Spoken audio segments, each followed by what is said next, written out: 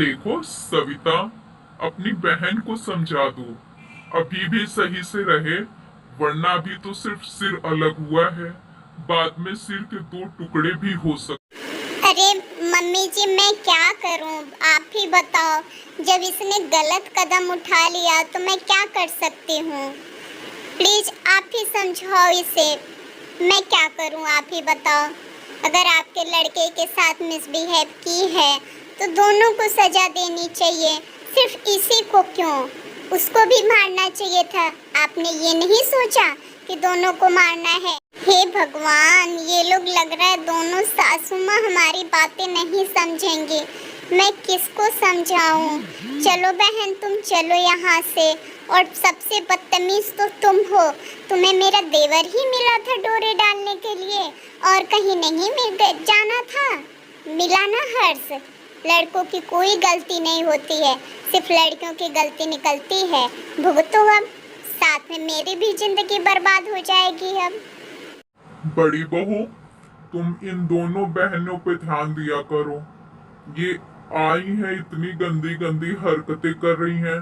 अब जी तो चाहता है कि उड़ा ही दूं इन दोनों को। थोड़ा समझा के रखो, छोटे पे इतना ये ध्यान न दिया करें।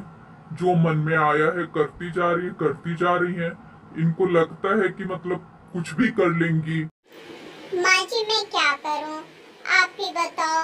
मैं तो शुरू से ही बोलती थी कि इन दोनों बहनों को यहाँ पे न रखो, क्योंकि इनकी नजर अच्छी नहीं है। ये हमारे देवर पे डोरे डालती ही जाती हैं। मैं देख के भी नहीं कुछ बोल पाती हूँ, क्योंकि आपकी वजह से, आपने लाया है इन्हें, तो भुगतो आप ही। अब इसमें मैं क्या कर सकती हूँ, आप ही बताओ। मैं तो यही कहूँगी कि इनको घर से निकाल दो। ये दोनों कैरेक्टरलेस लड़कियाँ हैं, इन्हें घर में रखना अच्छी बात नहीं है। हमारे बाल बच्चों पे भी बुरा असर पड़ेगा। मैं यही कहूँगी कि आप प्लीज इन्हें यहाँ से हटा दें।